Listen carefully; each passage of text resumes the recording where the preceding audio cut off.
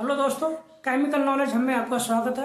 और आपसे हमने जो वादा किया था कि ये चैनल केवल आपके बेसिक कॉन्सेप्ट के लिए है, जिसमें आप किसी भी सब्जेक्ट के केमिकल इंजीनियरिंग के regarding heat transfer, mass transfer, fluid mechanics, thermodynamics subject के 1 बाय 1 एक एक टॉपिक के लिए आप अपने कॉन्सेप्ट क्लियर करते रहेंगे। सिंपल लैंग्वेज रहेगी, नो कोई बकवास, only focus your target.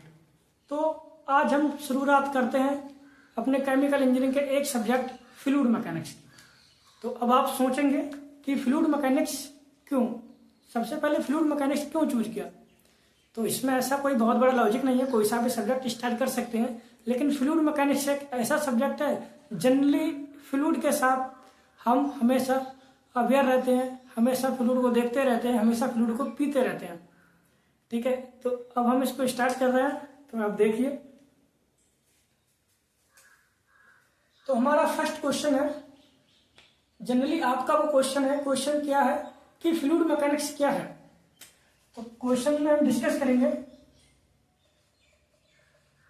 Fluid mechanics. तो फ्लूइड मैकेनिक्स को पढ़ने से पहले हमारे लिए 2-3 चीजों के बारे में जानना पड़ेगा, क्योंकि हम नहीं चाहते किसी भी चीज को हार्ड लेवल से लेके जाया जाए या एडवांस चीज पढ़ाई जाए। तो आज हम बेसिक से लेके जाएंगे, जीरो बेसिक। तो देखते हैं, कंटिन्यू करिए। तो इसको समझने से पहले फ्लूइड मैकेनिक्स कहां से आया है, इसको समझने से पहले हम बात करते हैं कुछ बेसिक चीजों की। तो उसके लिए हमें पढ़ना पड़ेगा सबसे पहले सबस्टांस, जिसे हम हिंदी में बोलते हैं पदार्थ। पदार्थ क्या है, सबस्टांस क्या है, वह सब कुछ जिसके अंदर मास होता है, जो स्थान घेरता है, उसे हम सबस्टांस कहते हैं, पदार्थ कहते हैं। That is called matter. Means समझिए, पॉइंट लिख लीजिए 1 by 1। Having some mass,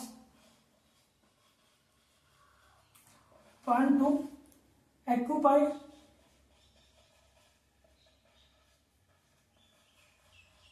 some volume. Example के तौर पर ये जो मार्कर है, ये एक पदार्थ है, ये एक सब्सटेंस है। मैं एक पदार्थ हूं, आप एक पदार्थ है। दुनिया के अंदर जो भी कुछ है जिसे आप देख पा रहे हैं, जिसके अंदर वजन है, जो कुछ जगह स्पेस कर रही है, ऑक्यूपाई कर रहा है, वो सब पदार्थ है। हवा भी एक पदार्थ है, हवा में भी मास होता है और इसके अंदर भी ये भी वॉल्यूम को ऑक्यूपाई करती है। तो ठीक है, तो ये तो कॉन्सेप्ट क्लियर हो गया होगा कि सब्सटेंस क्या है।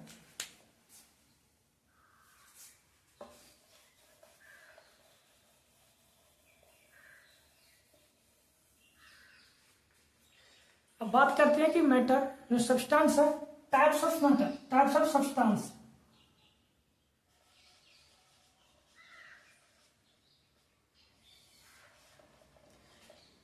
ये जनरली सॉलिड, लिक्विड, गैस। इसके 2 टाइप्स और भी होते हैं, plasma, Bose Einstein condensate. बोस-आइंस्टाइन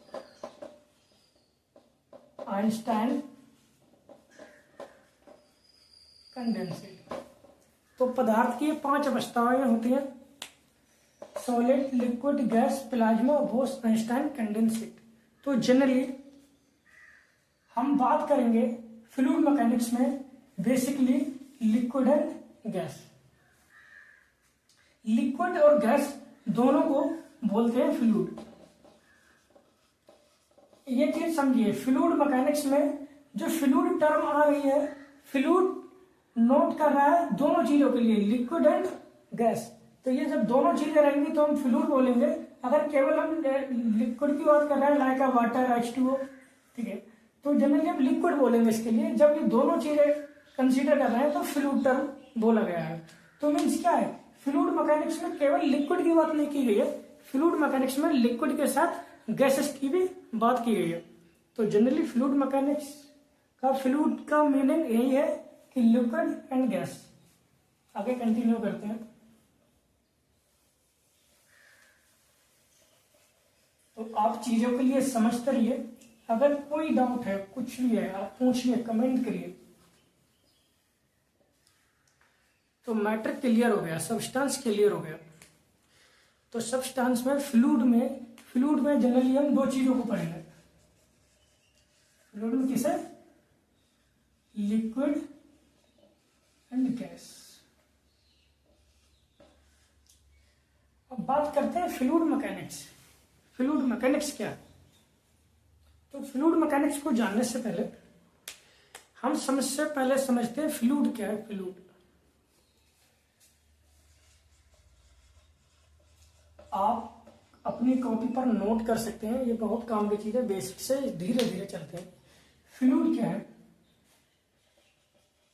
fluid is a dead substance which is continuously deformation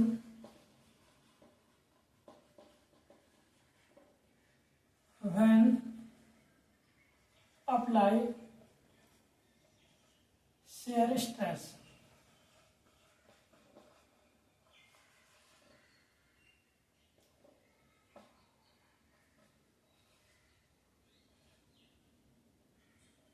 Doesn't matter how much small। अब यहाँ पर ये डेफिनेशन बोल रही है कि fluid is a dead substance which is continuously deformation when apply small shear stress. Shear stress इस बात पे मैटर नहीं करता कि वो कितना ज्यादा है या कितना कम है, ये चीज समझिए। अब इसमें जो टर्म आ रही है शेयर स्ट्रेस, अब मेन फोकस शेयर स्ट्रेस पे होगा। आप कंफ्यूज हुए होंगे कि शेयर स्ट्रेस क्या है। जनरली जो सेकेंड ईयर में जब जो डिप्लोमा के स्टूडेंट आए हुए हैं वो उन्हें समझने के लिए थोड़ा प्रॉब्लम होता है, और जो एक्सपीरियंस है जनरली वो तो समझते ही होंगे। तो जनरली आप फ्लूइड समझ गए। अब आप कह सकते हैं कि फ्लूइड जो बह सकते हैं, जो जगह घेरते हैं, कुछ भी कह सकते हैं अपनी भाषा में। लेकिन जो आइडियली जो डेफिनेशन है फ्लूइड मैकेनिक्स की लैंग्वेज में, वो फ्लूइड ये बोलता है कि fluid is a dead substance which is continuously deformation when apply shear stress does not matter how much small। अगर हमारे पास कोई वाटर है, कोई लिक्विड है, जब हम इस पे हमने स्मॉल शेयर स्ट्रेस जब लगाया तो ये कंटिन्यूसली डिफॉर्मेशन में बहना शुरू हो जाता है, कंटिन्यूसली डिफॉर्म शुरू हो जाता है। इस पे ये मैटर नहीं करता कि ज्यादा लगाए या कम लगाए। आपने जैसे ही पानी डाला किसी सरफेस पर, तो जैसे ही इस पे शेयर स्ट्रेस लगता है वो क्या करता है? फ्लो करना शुरू कर देता है। इस पे ये बिल्कुल भी मैटर नहीं किया कि हमारा शेयर स्ट्रेस कितना छोटा है, कितना बड़ा है, कितना स्मॉल है, कितना बिग है। ठीक है, अब फ्लूइड समझ गए। फ्लूइड क्या है वो समझ में आ गया होगा। अब समझते हैं mechanics.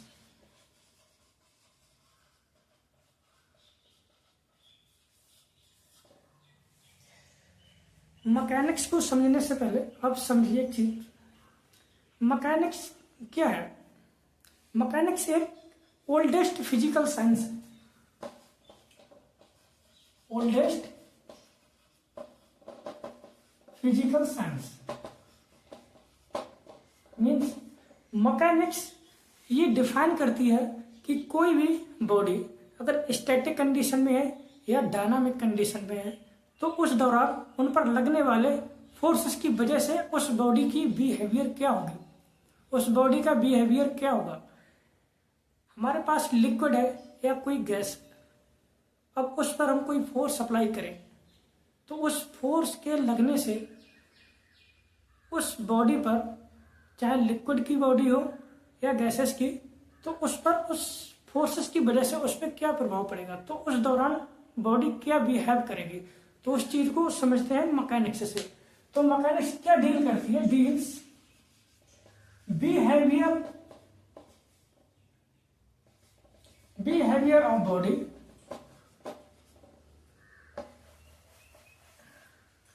Mechanics deals behaviour of body at static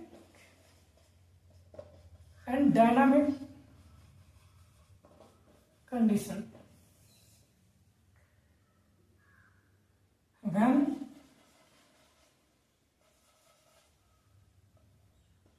influence of forces. जब कोई भी बॉडी, जब उसके ऊपर फोर्सेस लगते हैं और वो बॉडी स्टैटिक कंडीशन में है, डायनामिक कंडीशन में है, तो उस दौरान उस बॉडी का क्या बिहेवियर रहता है, ये मैकेनिक्स बताती है। तो आप समझ चुके हैं कि फ्लूइड क्या है, मैकेनिक्स क्या है। मैकेनिक्स उस फ्लूइड के बिहेवियर की बात कर रहा है, चाहे वो फ्लूइड डायनामिक कंडीशन में हो, चाहे स्टैटिक कंडीशन में हो, ठीक है। और फ्लूइड आप समझ ही चुके हैं, फ्लूइड वह जो कंटिन्यूसली डिफॉर्मेशन करे, कब, जब उसके ऊपर स्मॉल शेयर स्ट्रेस लगे। ओके,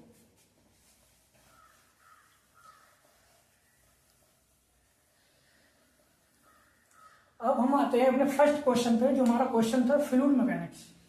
अब दोनों को एक साथ देखते हैं। Fluid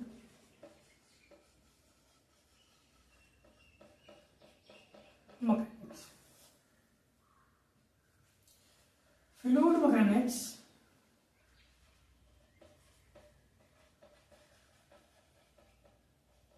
fluid mechanics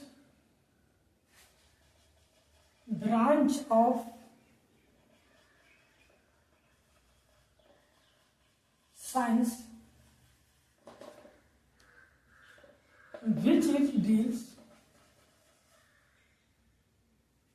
fluid mechanics branch of science which it deals the behavior of fluid at static and dynamic condition।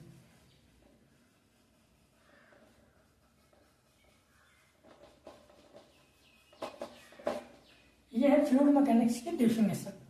Fluid mechanics एक साइंस की ब्रांच है जिसमें हम फ्लूइड के बिहेवियर की स्टडी करते हैं at static and dynamic condition. Fluid जरूरी थोड़ी नहीं है कि वो बहता रहे, हो सकता है कि फ्लूइड रुका हुआ हो, जैसे कि किसी तालाब में रुका हुआ पानी, जैसे कि किसी बहती हुई नदी का पानी।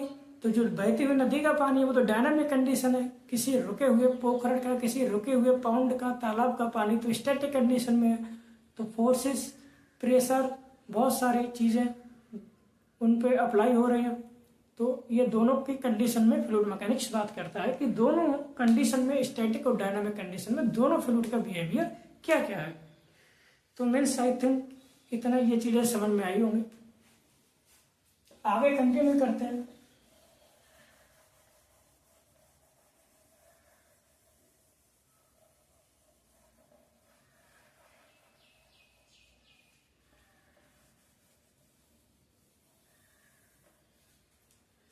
अब बात करते हैं शेयर स्ट्रेस, जो कि शेयर स्ट्रेस की टर्म फ्लूइड में बहुत पहले ही आ चुकी थी, जब फ्लूइड की डेफिनेशन में पढ़ रहे थे कि fluid is a dead substance which is continuously deformation when apply small shear stress.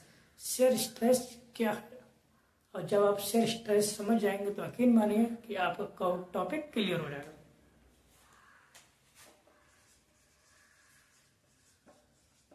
Shear stress,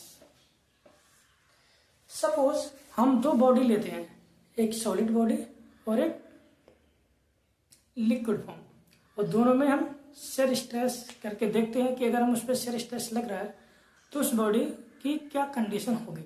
लेकिन आप कहेंगे आप शेयर स्ट्रेस तो नहीं बता रहे हैं, शेयर स्ट्रेस का प्रभाव बता रहे हैं। जब हम शेयर स्ट्रेस का प्रभाव बता देंगे उसके बाद आपको शेयर स्ट्रेस क्या है खुद समझ में आएगा। देखिए, सपोज हमारे पास कोई सॉलिड बॉडी है और ये बॉडी क्या है, रबर है। हमारे पास यहां पर लिक्विड है,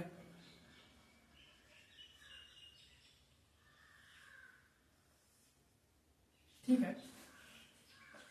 ये प्लेट है P1 P2, दो प्लेट मान लीजिए। ये हमारे पास सॉलिड बॉडी है। अगर आप यकीन माने, ये प्लेट है और ये बॉडी की ऊपरी सरफेस है, तो ये कॉन्टैक्ट एरिया है। ये क्या है, कॉन्टैक्ट एरिया। अगर हम इसके ऊपर फोर्स लगाएं F, ये बॉडी क्या करेगी, ये बॉडी क्या करेगी, अगर ये रबड़ की है तो ये बॉडी कुछ अंदर के लिए दबेगी। मीन्स जब हम इसे दबाएंगे तो ये मान लीजिए कि बॉडी टी टाइम पे यहाँ पे थी, t1 टाइम पे यहाँ पर थी और t2 टाइम पर यहाँ पर आ जाएगी।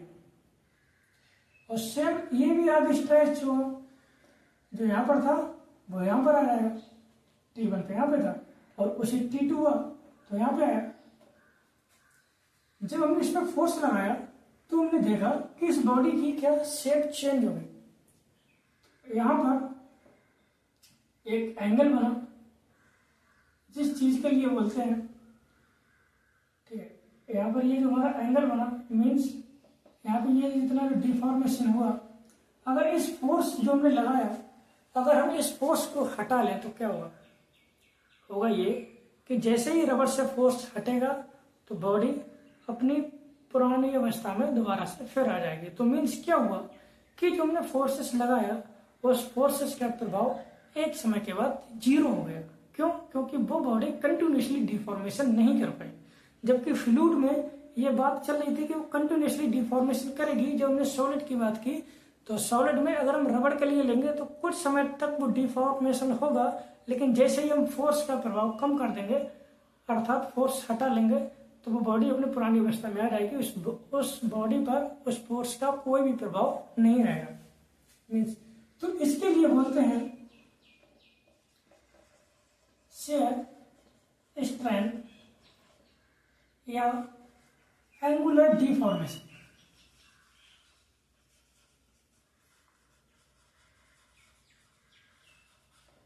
इसे बोलते हैं शेयर स्ट्रेन या एंगुलर डिफॉर्मेशन। इसमें क्या हुआ, जब हमने इसमें शेयर स्ट्रेस लगाया मीन्स इस पर हमने फोर्स लगाया, किस डायरेक्शन में लगाया, इस डायरेक्शन में लगाया, तो इसमें क्या हुआ, एंगुलर डिफॉर्मेशन हुआ। लेकिन जैसे ही फोर्स का प्रभाव कम हुआ तो डिफॉर्मेशन क्या हो गया, जीरो हो गया। क्यों जीरो हो गया? क्योंकि ये बॉडी दोबारा से खुद अपने पुरानी अवस्था में आ गई। ठीक है, अब हम इसी के साथ बात करते हैं इस पर। हमने इस पर फोर्स लगाया, कौन सा फोर्स लगाया ना, शेयर फोर्स, शेयर स्ट्रेस। इधर इधर भी लगाया, ठीक। तो यह क्या होगा, मान लीजिए कि ये वाटर है, लिक्विड है, रुका हुआ कंडीशन में है। और जब हमने इस पर शेयर फोर्स लगाया तो ये क्या होगा, डिफॉर्म हो जाएगा। यहां से यहां पर आया, मान लो T1 पे ये था, T2 पे ये आ गया, T3 पर ये आ गया, और जैसे सेम ये भी आगे फॉरवर्ड होना, T1, T2, T3। अब ये क्या किया, इसने कंटिन्यूसली डिफॉर्मेशन स्टार्ट कर दिया। जबकि हमने इस पर लगाया तो इसने डिफॉर्मेशन किया, इस पर लगाया, लिक्विड पर लगाया, इसने भी डिफॉर्मेशन किया। लेकिन हमने इसको हटा लिया, मीन्स जब इस पे ये लगाया तो क्या हुआ, एक बार लगा दिया तो कंटिन्यूसली डिफॉर्मेशन होता चला गया। मीन्स अब यहाँ पे जैसे ही इसका प्रभाव कम हुआ इसका डिफॉर्मेशन रुक गया, मीन्स ये जीरो हो गया। तो ये क्या हुआ, डिफॉर्मेशन हुआ, कंटिन्यूसली बहना शुरू हो गया। समझ रहे हैं बात के लिए? ये तो इसकी बॉटम है, ये इसकी टॉप सरफेस है, टॉप सरफेस। आप पहले देख लीजिए, उतार लीजिए, फिर करते हैं।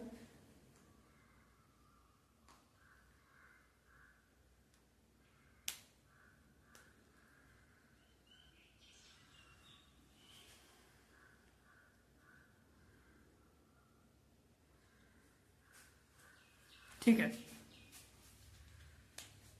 अब देखिए हमारे पास ये तो इसका एरिया है, ये सरफेस है तो इसका एरिया है, ठीक है, इसका भी एरिया है, ठीक है। हमने फोर्स लगाया तो जनरली आप देखिए, समझिए, ये है लिक्विड की सरफेस जिसका हमने कोई एक स्मॉल एरिया ले लिया डी, ये एरिया क्या है डी ए। और जब हमने इस पर शेयर फोर्स लगाया तो क्या हुआ,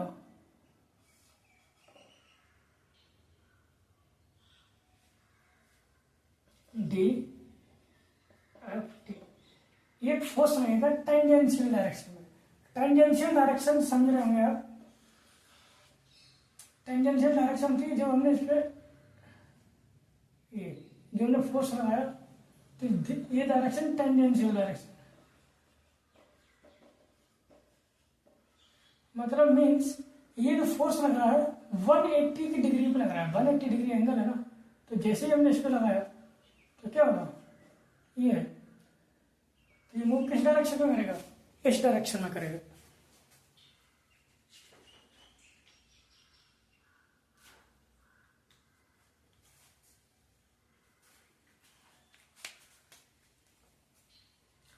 और इसके ऊपर जो फोर्स होगा डी एफ एन, ये नॉर्मल फोर्स होगा। तो ये कौन सा हो गया, normal force on the surface, या बोल सकते हैं स्ट्रेस, ठीक है। ये डी एफ, ये यहाँ जो इसका स्मॉल एरिया है, जो आप इसका स्मॉल एरिया देखिए, ये आप फिगर देखिए तो आप यहाँ पे समझेंगे।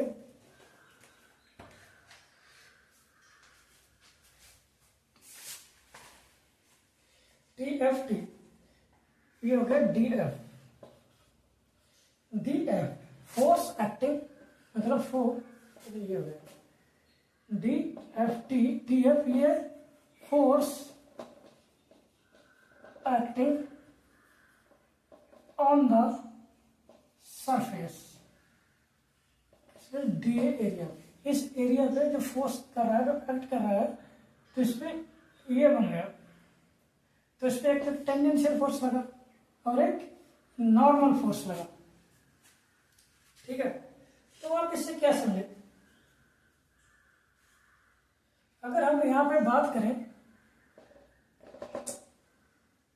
कि नॉर्मल स्ट्रेस या नॉर्मल फोर्स, नॉर्मल स्ट्रेस इसे रिप्रेजेंट करेंगे सिग्मा से, शेयर स्ट्रेस के लिए रिप्रेजेंट करेंगे शेयर स्ट्रेस, शेयर स्ट्रेस इसको रिप्रेजेंट करेंगे टाउ से, सिग्मा बन गया टाउ, टाउ से रिप्रेजेंट करेंगे। इसे मिटाते हैं,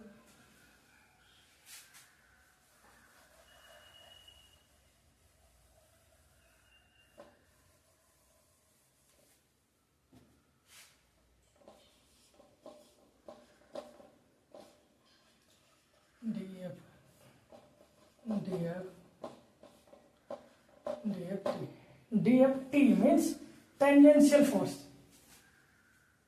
अब आप समझिए, नॉर्मल स्ट्रेस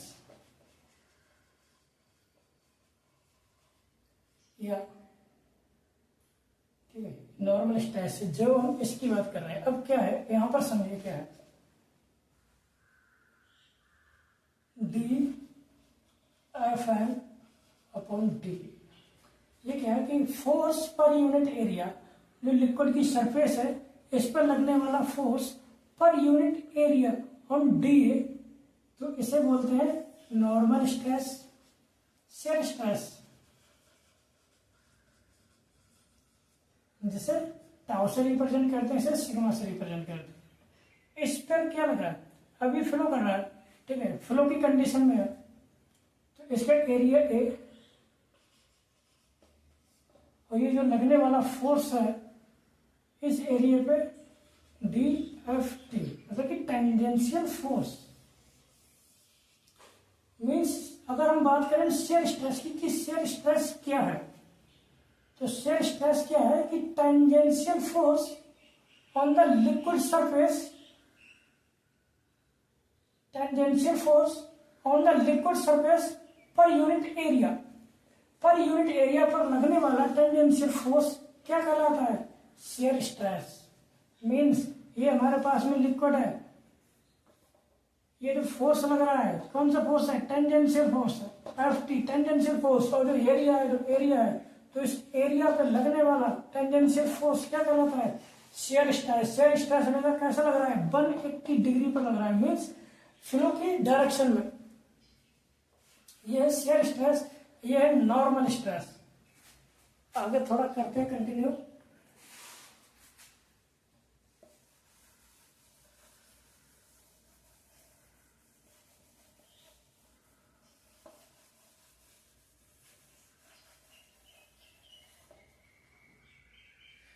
तो शेयर स्ट्रेस से हम समझ सकते हैं कि क्या है, tangential force per unit area.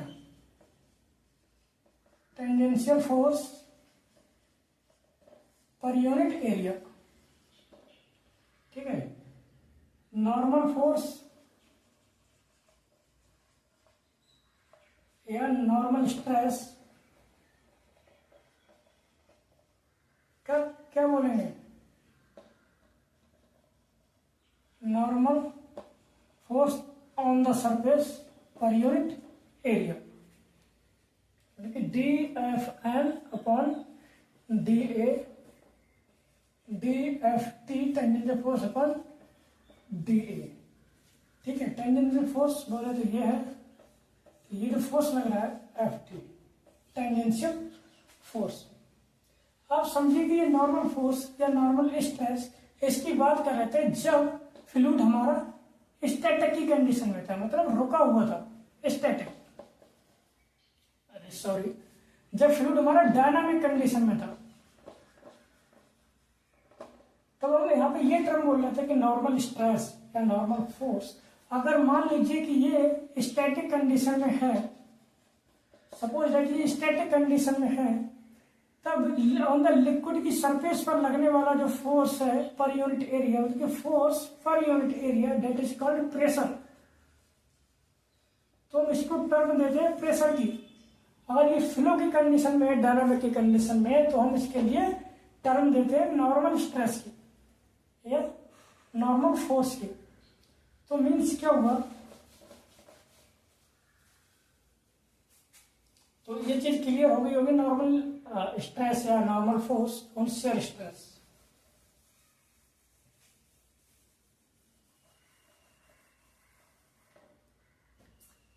Note करिए, नोट, अगर फ्लूइड स्टैटिक की कंडीशन में है, स्टैटिक, तो यहां पर शेयर स्ट्रेस कैसा होगा, 0। ये क्वेश्चन 1 मार्क का किसी भी कंपटीशन में पूछा जा सकता है। जब फ्लूइड स्टैटिक की कंडीशन में है तो यहाँ पे शेयर स्ट्रेस 0 है, जैसे कि हमने आपके लिए फार्मूला लिखवाया, D F T upon D A, में से जो टेंजेंशियल फोर्स था, ये टेंजेंशियल, अभी हमारे पास में ये टेंजेंशियल फोर्स था, ठीक है। और फ्लूइड कैसे है, स्टैटिक की कंडीशन में है, तो क्या होगा, ये टेंजेंशियल फोर्स उस पर काम करेगा, नहीं करेगा। क्यों नहीं करेगा, क्योंकि ये फ्लो नहीं कर रहा है। तो इस कंडीशन में इसकी वैल्यू टेंजेंशियल फोर्स नहीं लग रहा है, क्योंकि डायनामिक होगा तभी लगेगा, क्योंकि टेंजेंशियल फोर्स की वजह से वो लिक्विड फ्लो कर रहा है, तो वो तो 0 हो जाएगा। जब ये 0 हो जाएगा तो 0 के लिए डी से भाग कर वो क्या आएगा, पूरा ओवरऑल 0 ही हो जाएगा। तो टाउ क्या आ गया, शेयर स्ट्रेस 0।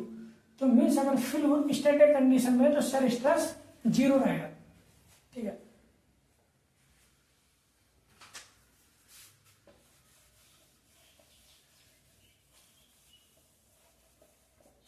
दूसरा पॉइंट, डेप्थ, गहराई के साथ, डेप्थ के साथ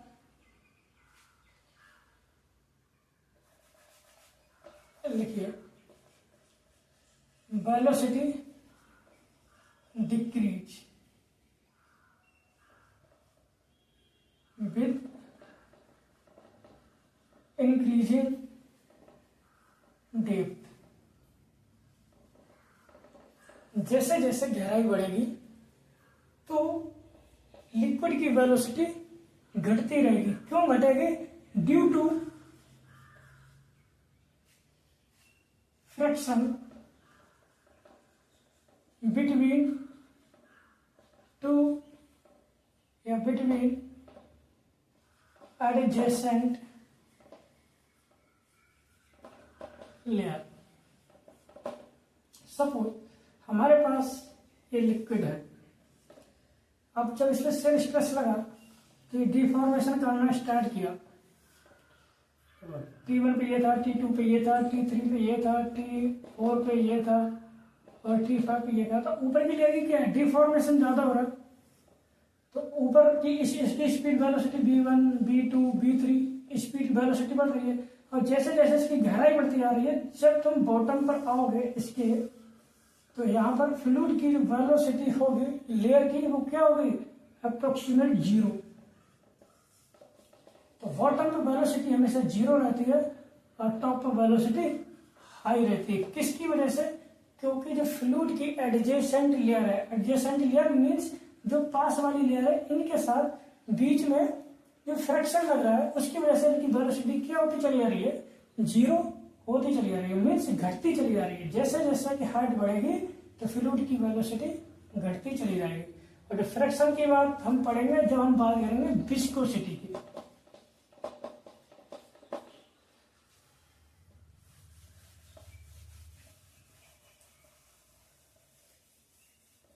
तो आज आप लोगों ने क्या क्या सीखा, फ्लूइड क्या है, मैकेनिक्स क्या है, फ्लूइड मैकेनिक्स क्या है, ठीक है, स्ट्रेस क्या है, स्ट्रेस के इफेक्ट क्या है, स्ट्रेस का लिक्विड पर क्या प्रभाव है, सॉलिड पे क्या प्रभाव है, स्ट्रेस होता क्या है। तो इतने सारे टॉपिक को हमने कवर किया।